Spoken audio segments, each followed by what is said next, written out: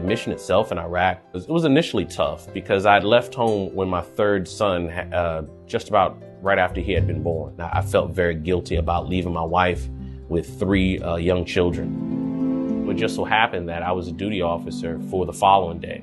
But there was another officer, another lieutenant that was there, and she got the days mixed up. And I'll never forget it. She said, I didn't know there was 31st day in August. I had no idea that I had to go out tonight. I said, sure, I'd love to go out at night. I went out that night and we saw a convoy coming down the road. I was in the vehicle with Sergeant Spade, and he said, hey, LT.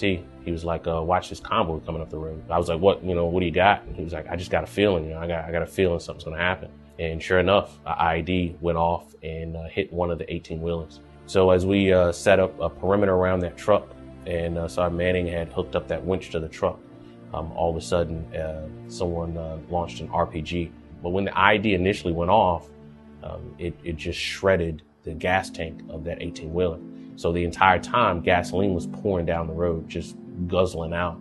And when the RPG hit the truck, it ignited the entire road and everything was on fire. Trucks, personnel, everything was just burning. Sergeant Spade was totally engulfed in flames, right in the middle of it. I remember him yelling and screaming for help, and I ran through the gasoline, through the fire, and I got to Sergeant Spade. When I turned around, I noticed a wall of fire. As I ran through the fire, then I got caught on fire. I guess from rolling him around on the ground and running through the gasoline, I had become soaked with the gasoline. I was engulfed in flames on my right side, and I just burned.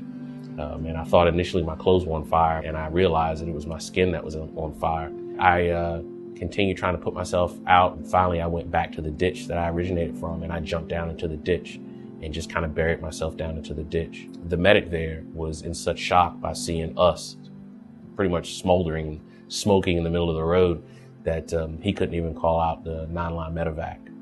So I said, hey, look, we're only about 2 miles out, so let's just get in our vehicles. So we drove 2 miles back.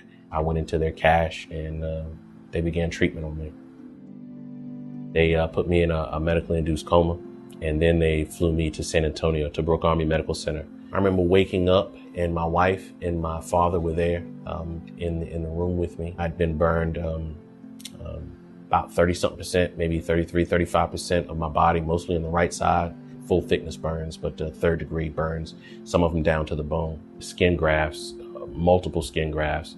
The other physical therapy that was just absolutely excruciating. If you would have asked me then, I would have told you no.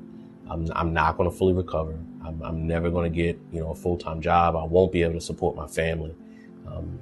I just didn't think so. I thought that the pain was too severe. The burns were too severe. The road ahead of me was too difficult. I will tell you the unemployment process that I went through was probably one of the saddest times of my life, the saddest time of my life. I don't even think me being hurt compared to the disappointment that I had with trying to find a job. I filled out over 100, close to 200 applications. If you count the time from when I first sent in the first resume or application to when I actually got accepted, it was probably really close to a year. For me, if I would have never gotten this job, if I didn't have the family structure that I had, where would I be? And, I'm just not sure. And I'm just one voice.